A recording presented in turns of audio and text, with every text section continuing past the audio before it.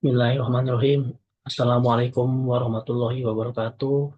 Selamat malam. Salam sejahtera bagi kita semuanya. Om Swastiastu, Namo Buddhaya, salam kebajikan. Sebelumnya izinkan saya untuk mengucapkan terima kasih kepada Bapak Dr. Almatius Setya Marsudi, SE, AK, MSI, CA, CSRS, CSRA, serta CSP selaku dosen pada mata kuliah Complaint Auditing and Internal Control di Graduate Program Yunus University. Hari ini saya akan mempresentasikan tentang 5 komponen pengendalian KOSO. Model ini merupakan salah satu kerangka kerja utama dalam pengendalian internal organisasi maupun perusahaan. Mari kita mulai.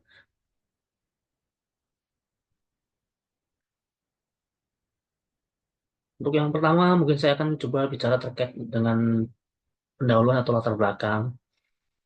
Pengendalian internal merupakan bagian penting tata kelola organisasi yang efektif. KOSO mengembangkan kerangka kerja yang membantu mengelola perusahaan, mengelola risiko, dan memastikan kepatuhan serta efisiensi operasional.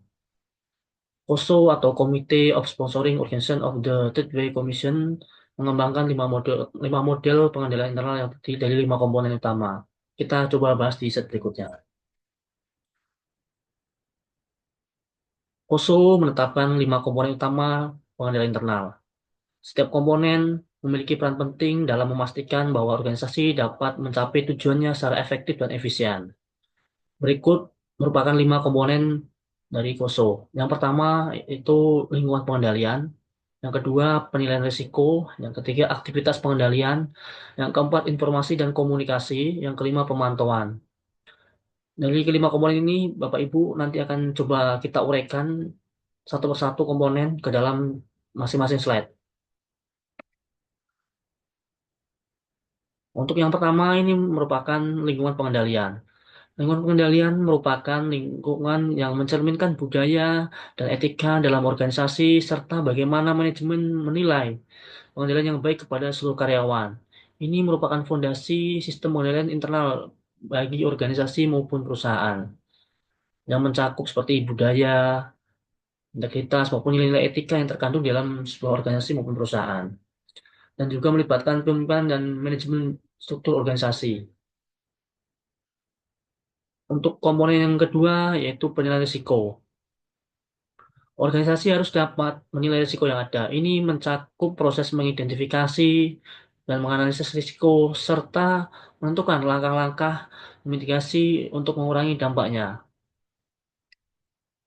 Untuk yang komponen ketiga yaitu aktivitas pengendalian. Aktivitas ini mencakup berbagai kebijakan dan prosedur yang diterapkan untuk mengatasi risiko yang telah diidentifikasi. Contohnya pemisahan tugas dalam organisasi untuk mencegah terjadinya penyimpangan atau konflik kepentingan, otorisasi transaksi untuk untuk memberikan approval tingkatan agar tidak sewenang-wenangnya, pengamanan aset dan rekonsiliasi laporan. Yang keempat, terkait dengan informasi dan komunikasi. Tanpa komunikasi yang baik, pengendalian internal tidak akan berjalan efektif. Informasi internal tidak akan berjalan efektif dikarenakan informasi harus dikumpulkan, diproses, dan disampaikan kepada pihak yang tepat agar pengambilan keputusan dilakukan dengan benar. Dalam hal ini, transparansi dalam pengambilan keputusan oleh manajemen akan menimbulkan pengendalian internal yang baik. Yang terakhir, Bapak Ibu, itu terkait pemantauan atau monitoring. Ini penting untuk memastikan bahwa pengendalian internal berjalan dengan baik. Evaluasi rutin dilakukan oleh audit internal membantu dalam mengidentifikasi dan memperbaiki kelemahan yang ada. Kesimpulan yang terakhir dari saya, Bapak Ibu,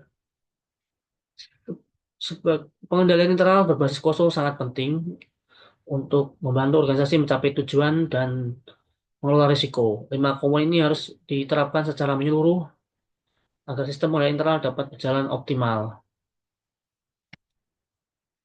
Sekian presentasi dari saya. Jika ada kekurangan dalam presentasi ini, mohon maaf atas kekurang sempurnaannya dan semoga bermanfaat bagi Bapak Ibu semuanya.